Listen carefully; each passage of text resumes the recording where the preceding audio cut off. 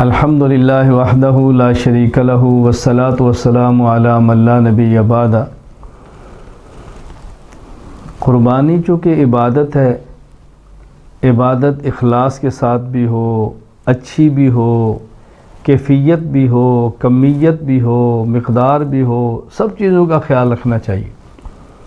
قربانی دینی ہے تو اچھی دیں، موٹا تازہ دیں، جانور پال کے دیں، بہترین دیں، خوبصورت دیں۔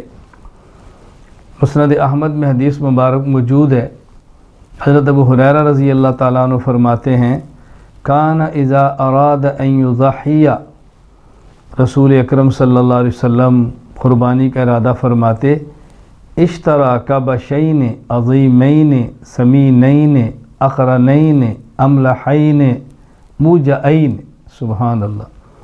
تو رسول اکرم صلی اللہ علیہ وسلم دو بڑے موٹے تازے سینگوں والے سیاہ سفید بالوں والے مینڈے خریدتے، یعنی چن کر خریدتے، ماشاءاللہ دل کے ساتھ خریدتے، بہترین جانور آپ لیتے قربانی میں ذبح کرنے کے لیے۔ اور سنن ترمذی میں روایت موجود ہے، حضرت علی رضی اللہ تعالیٰ عنہ فرماتے ہیں امرنا رسول اللہ صلی اللہ علیہ وسلم، ہمیں رسول اکرم صلی اللہ علیہ وسلم نے حکم دیا ان نستشرف العین والاذن، ہم قربانی کے جانور خریدیں تو اچھی طرح آنکھ کو دیکھ لیں، جانور کے کان کو دیکھ لیں، اچھی طرح دیکھیں۔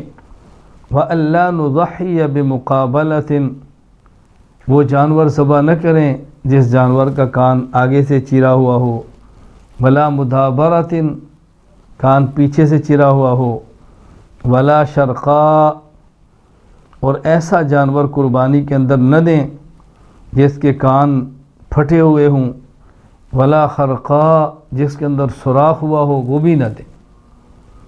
ایک ہوتا ہے جانور کا کان یوں پھٹا ہوا ہے ٹکڑے، اور ایک ہے صرف سوراخ ہے، تو کان تک دیکھنے کی رعایت، آنکھ تک دیکھنے کی رعایت۔